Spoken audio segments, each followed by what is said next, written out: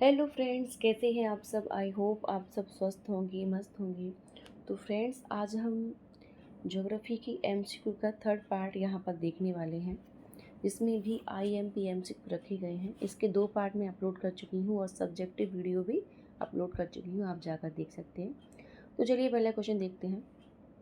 पहला क्वेश्चन यहाँ पर हो जाएगा कि भारत के किस स्थान को वर्तमान में भारत के किस स्थान को सफ़ेद पानी के नाम से जाना जाता है। ठीक, तो वर्तमान में कौन सा स्थान है जिसको हम सफ़ेद पानी के नाम से जानते हैं, तो वो हो जाएगा सियाचिन।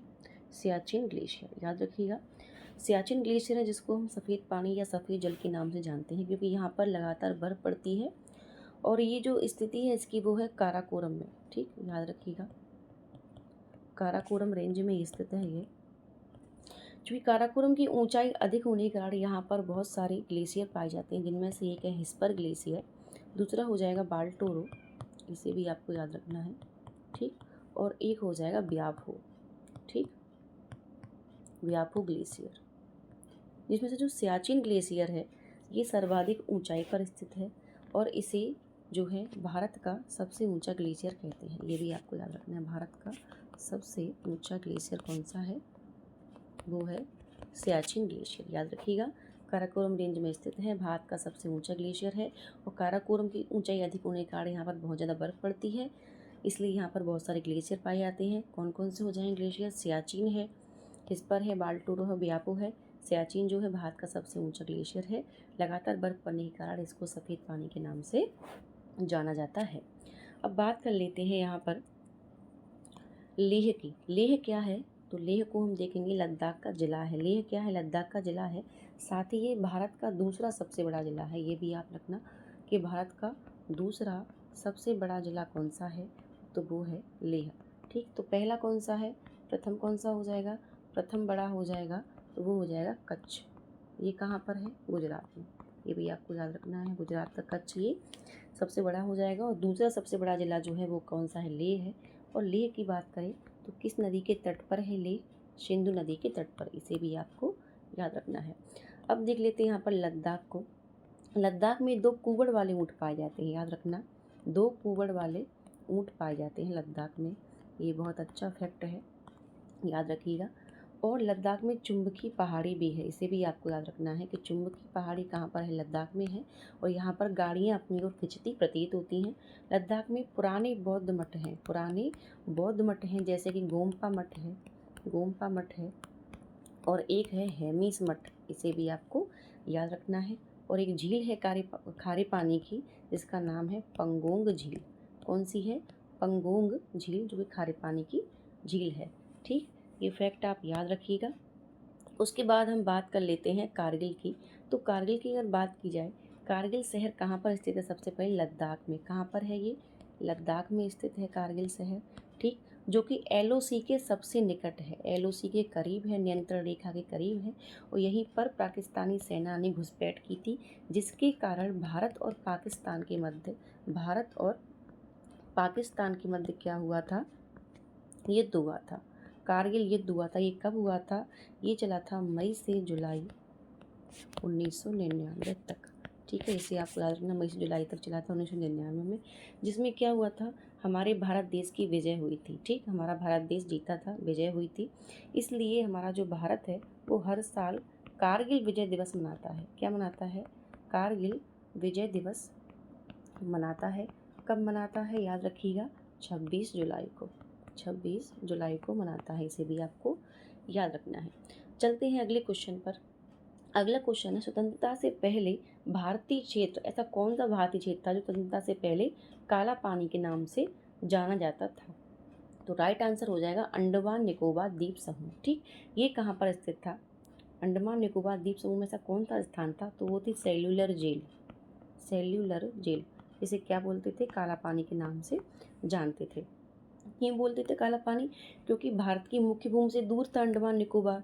जैसे कि अगर आप ये देखोगे, ये मैप है इंडिया का, तो यहाँ पर क्या है? यहाँ पर बंगाल की खाड़ी है, यहाँ पर बंगाल की खाड़ी है, और इधर है अंडमान निकोबार द्वीप समूह। ठीक, तो यहाँ पर क्या है ना, ये जो मुख्य भूमि है भारत की, आप देख सकते हैं ये क्या है? मुख्य भूमि है भारत की, और इधर समुद्र है, बंगाल की खाड़ी है। तो मुख्य भूमि से दूर होने के कारण और समुद्री यात्रा जो है इतनी लंबी तय करने के कारण इसको काला पानी जो है नाम दिया गया। सेलुलर जेल थी जिसको काला पानी बोलते थे। यहाँ पर क्या होता था, अंग्रेजी सेना जो थी, जो अंग्रेज थे वो हमारे स्वतंत्रता सेनानियों को यहाँ पर कैद करके रखते थे। ठीक, तो राइट आंसर हो जाएगा अंडमान निकोबार द्वीप समूह। ठीक, चलते हैं अगले फैक्ट पे। आलिया भट्ट और खालिया भट्ट की बात कर लेते हैं यहाँ पर। तो जो आलिया भट्ट और खालिया भट्ट है इनके बारे में हम देख लेते हैं, ये कहाँ पर है। तो ये एक द्वीप है। सबसे पहले तो जानिए ये क्या है, एक नदी द्वीप है। ये क्या है, ये एक नदी द्वीप है। और कहाँ पर है, नर्मदा नदी के डेल्टा क्षेत्र में। याद रखना, जो नर्मदा नदी है उसके डेल्टा क्षेत्र में है। ये कहाँ पर है, डेल्टा क्षेत्र में, खंभात की खाड़ी के पास, खंभात की खाड़ी के पास। ठीक, और राज्य आ जाए तो कौन सा लगाएंगे, गुजरात। कौन सा लगाएंगे, गुजरात। ठीक, अब बात कर लेते हैं अगले क्वेश्चन की। भारतीय क्षेत्र में स्थित दो ज्वालामुखी द्वीप कौन से हैं। ठीक, तो आंसर हो जाएगा बेरन और नारकोंडम। कहाँ पर है इनकी स्थिति जो है हम देख लेते हैं। तो ये जो मैं मैप बना रही हूँ इंडिया का मैप, इसे आप देख लीजिएगा। ठीक है ना। तो यहाँ पर मैं अगर बात करूँ तो यहाँ पर क्या है, इधर है अंडमान द्वीप समूह। ठीक, और इधर है निकोबार द्वीप समूह। ठीक है, देख लीजिएगा। तो भारतीय क्षेत्र में स्थित दो ज्वालामुखी, तो यहाँ पर अगर मैंने देखा अंडमान द्वीप समूह को 4 भागों में बांटा गया है। उत्तरी अंडमान, मध्य अंडमान, दक्षिणी अंडमान और लिटिल अंडमान। जिसमें से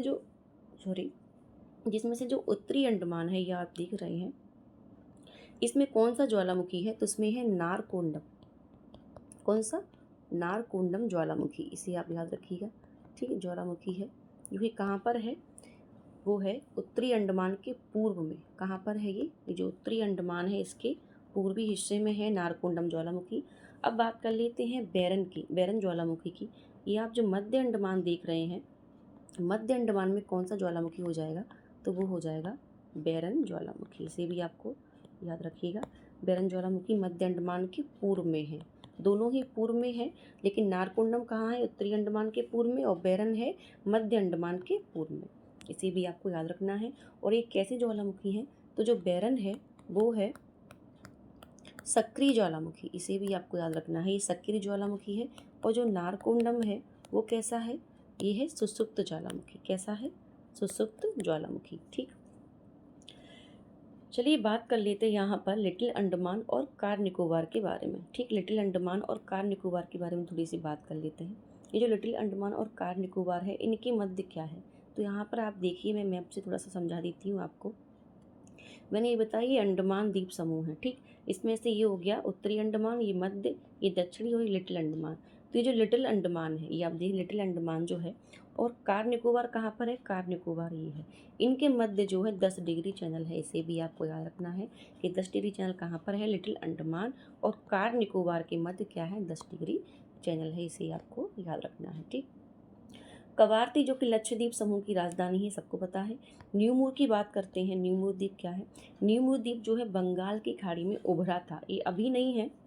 वर्तमान में अगर बात करें तो वर्तमान में ये कहाँ पर है, वर्तमान में है बंगाल की खाड़ी की लहरों के नीचे। ठीक, याद रखिएगा। लेकिन ये कब उभरा था, ये उभरा था 1970 में।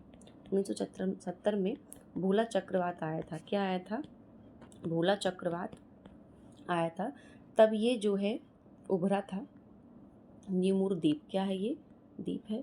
ठीक है, वर्तमान में स्थिति क्या है, वर्तमान में स्थिति है बंगाल की खाड़ी की लहरों के नीचे, बंगाल की खाड़ी की लहरों के नीचे।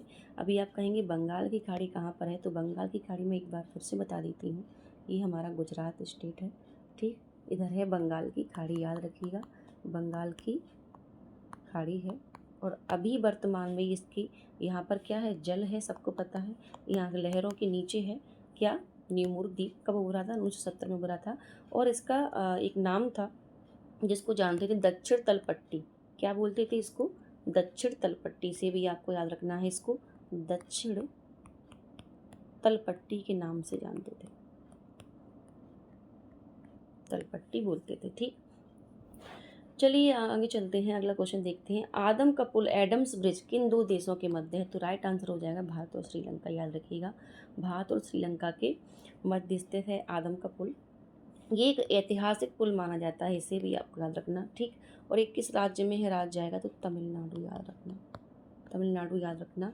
भारत और श्रीलंका के मध्य है आदम कपिल, जिसे राम सेतु भी बोलते हैं, इसे भी आपको याद रखना है। राम सेतु बोलते हैं, एडम्स ब्रिज बोलते हैं, जो कि भारत और श्रीलंका के मध्य है तमिलनाडु राज्य में, ठीक। भारत और पाकिस्तान के मध्य रेड क्लिफ रेखा है, ठीक, याद रखिएगा, रेड क्लिफ रेखा है। क्या है, रेड क्लिफ रेखा भारत और पाकिस्तान के मध्य है। भारत और बांग्लादेश की बात करें तो भारत और बांग्लादेश के मध्य क्या है, सबसे पहले तो आईएमपी फैक्ट ये है कि जो बांग्लादेश है वो भारत के साथ सबसे लंबी अंतर्राष्ट्रीय सीमा साझा करता है, इसे आप याद रखना। भारत एवं म्यांमार के मध्य क्या है, पटकाई की पहाड़ियाँ हैं, याद रखना, पटकाई की पहाड़ियाँ हैं, ठीक, पटकाई पहाड़ियाँ हैं, नागा पहाड़ियाँ हैं, नागा पहाड़ियाँ हैं, और क्या है, और है लुसाई पहाड़ियाँ, लुसाई की पहाड़ियाँ, ठीक, जिन्हें हम मीजो पहाड़ियाँ बोलते हैं, ये भी आपको याद रखना है। क्या बोलते हैं, मीजो पहाड़ियाँ भी बोलते हैं। लुसाई पहाड़ियाँ जिन्हें क्या बोलते हैं, मीजो पहाड़ियाँ। अगले क्वेश्चन पे चलते हैं। भारत का पूर्वी समुद्री तट किस नाम से जाना जाता है? वेरी आईएमपी फैक्ट है, कोरोमंडल तट इसका आंसर हो जाएगा। भारत का जो पूर्वी समुद्री तट है किस नाम से जानते हैं, कोरोमंडल तट। यहाँ पर थोड़ा देख लेते हैं मैप इंडिया का, ठीक। ये गुजरात स्टेट है और ये क्या है, हमारा प्यारा देश भारत है। तो हम बात कर लेंगे इधर, इधर क्या है, तमिलनाडु राज्य है ना, सबको पता है तमिलनाडु राज्य है इधर, है ना, तमिलनाडु है। तो इधर ही क्या है, कोरोमंडल तट, याद रखना, कोरोमंडल तट की स्थिति क्या है, इधर है, ठीक, पूर्वी तट पर। कहाँ पर है ये, पूर्वी तट पर। अगर तट आए कौन सा है, पूर्वी तट है। बात कर लेते हैं कोंकण तट की, कोंकण तट की बात कर लेंगे तो यहाँ पर अगर मैं देखना चाहूँ, यहाँ तक गुजरात है, गुजरात की सीमा कहाँ तक है, यहाँ तक गुजरात है, ठीक। यहाँ पर क्या है, अगर यहाँ बताऊँ तो दीव है, क्या है, दीव है। और इधर आप बात करेंगे तो इधर है दमन, क्या है, इधर दमन है। फिर एक स्टेट आ जाएगा महाराष्ट्र, यहाँ पर महाराष्ट्र है। उसके जस्ट बाद अगर मैं देखूँ यहाँ पर तो क्या है, यहाँ गोवा है, क्या है, यहाँ पर गोवा। तो गोवा अगर अब हम देखेंगे कोंकण तट कहाँ पर है, तो ये जो आप देख रहे हैं ना, दमन से गोवा तक का ये जो एरिया है, दमन से और गोवा तक का ये जो पार्ट है, इसे ही बोलते हैं कोंकण तट। याद रखिएगा क्या बोलते हैं इसको, कोंकण तट, ठीक, याद रखिएगा। और मालाबार तट की बात कर लेते हैं तो ये जो आप देख रहे हैं केरल, इधर इसके बाद ये जो गोवा है उसके बाद यहाँ पर कर्नाटका हो जाएगा, ठीक। फिर उसके बाद ये हो जाएगा केरल। अगर केरल की हम बात करें, ये जो केरल है, तो केरल में कौन सा तट है, किस तट के नाम से जानते हैं, तो मालाबार तट, याद रखिएगा। केरल को किस तट के नाम से जानते हैं हम, मालाबार तट बोलते हैं, इसे भी आपको याद रखना है। मालाबार तट कहाँ पर है, वो है केरल में, ठीक, ठीक। और केरल राज्य की स्थिति क्या है, दक्षिण पश्चिम में स्थित है केरल राज्य, याद रखिएगा, दक्षिण पश्चिम में स्थित है केरल राज्य। और मालाबार तट के नाम से जानते हैं कि मालाबार तट कहाँ पर है, केरल में है। अब बात कर लेते हैं हम दीघा तट की, ठीक। और आपने ये समझ लिया कि दमन से और गोवा तक का एरिया क्या है, कोंकण तट के नाम से जानते हैं, पश्चिमी तट है ये, याद रखिएगा। उसके बाद दीघा तट को थोड़ा देख लेते हैं। दीघा तट की अगर बात की जाए, अगर राज्य आता है, राज्य अगर आता है, राज्य पूछा जाता है तो क्या लगाएंगे आप, लगाएंगे पश्चिम बंगाल, याद रखिएगा, पश्चिम बंगाल लगाएंगे। किस राज्य में है, पश्चिम बंगाल में है। अगर जिला आता है तो ये भी याद रखिएगा, पूर्व मेदिनीपुर, क्या लगाएंगे, पूर्व मेदिनीपुर, याद रखिएगा। और अगर स्थान आता है तो स्थान क्या लगाएंगे, तो वो स्थान हो जाएगा आपका बंगाल की खाड़ी का उत्तरी छोर, याद रखिएगा, बंगाल की खाड़ी का उत्तरी छोर, क्योंकि बंगाल की खाड़ी के उत्तर में है पश्चिम बंगाल, ठीक। तो उत्तरी छोर, इसे भी आपको याद रखना है। अगले क्वेश्चन पर चलते हैं। अगला क्वेश्चन है, लक्षद्वीप में कितने द्वीप समूह हैं? तो सबको पता है लक्षद्वीप कहाँ पर है, इधर है अरब सागर, ठीक, इधर क्या है, अरब सागर है। और इधर आप देख लेंगे ये है लक्षद्वीप समूह, जिसकी राजधानी है कवारती, है ना, ये एक प्रवाल द्वीप है, याद रखिएगा। तो यहाँ पर कितने द्वीप समूह हैं, तो लक्षद्वीप में है लगभग 36 द्वीप समूह, राइट आंसर डी हो जाएगा। अगले क्वेश्चन पर चलते हैं। भारत की सबसे लंबी अंतर्राष्ट्रीय सीमा किस देश के साथ लगती है, वो है बांग्लादेश, याद रखिएगा, बांग्लादेश के साथ सबसे लंबी अंतर्राष्ट्रीय सीमा साझा करता है हमारा देश भारत, ठीक। उसके बाद भारत में सबसे लंबी तटरेखा वाला राज्य आए तो तटरेखा किसकी हो जाएगी लंबी, तो वो हो जाएगा गुजरात। याद रखिएगा, राइट आंसर बी हो जाएगा। अगला क्वेश्चन है, भारत सबसे छोटी स्थलीय सीमा भारत के किस देश के साथ लगती है, तो राइट आंसर सी हो जाएगा, अफगानिस्तान के साथ।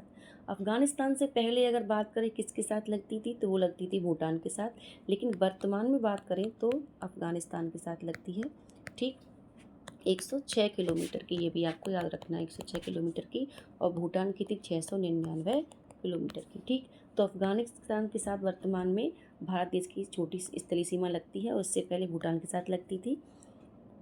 तो यहाँ पर इस क्वेश्चन का राइट आंसर सी हो जाएगा। ठीक, चलते हैं अगले क्वेश्चन पे। अगला क्वेश्चन है, भारत की पूर्व से पश्चिम तक की लंबाई बताइए। तो भारत की पूर्व से पश्चिम तक की लंबाई क्या है, वो हो जाएगी 2933 किलोमीटर। याद रखिएगा, यहाँ पर थोड़ा सा मैप देख लेते हैं कैसे हो गई। तो यहाँ पर ये हो जाएगा उत्तर से दक्षिण। याद रखिएगा, ये क्या है, उत्तर से दक्षिण है। ठीक, याद रखिएगा, और ये है आपका पूर्व से पश्चिम। ठीक, तो यहाँ पर जो है सीमा पूछी गई है, तो हम बात कर लेते हैं पूर्व से पश्चिम की। पूर्व से पश्चिम तक की जो लंबाई है कितनी है, 2933 किलोमीटर। याद रखिएगा, किलोमीटर में है, ये भी आपको याद रखना है। वहीं अगर बात करें उत्तर से दक्षिण की, तो कितनी हो जाएगी, 3214 किलोमीटर। इसे भी आपको याद रखना है। ठीक, वेरी IMP क्वेश्चन थे, इनको कवर कर लेना। आप बार बार वीडियो देखने से आपको ये याद हो जाएंगे, अच्छे से रिवीजन हो जाएगा। तो फ्रेंड्स, कमेंट करके ज़रूर बताना कि आपको इससे बेनिफिट हो रहा है या नहीं हो रहा है, और किस सब्जेक्ट पर वीडियो चाहिए आपको, वो भी आप बता सकते हैं, मैं उस पर भी वीडियो आपको बनाऊंगी। तो मेरे चैनल को सब्सक्राइब करें, लाइक करें, और बेल आइकन प्रेस करना ना भूलें, जिससे मेरी वीडियो का नोटिफिकेशन सबसे पहले आपके पास ही आएगा। और मिलते हैं अगली वीडियो में, तब तक के लिए धन्यवाद। जय हिंद, जय भारत।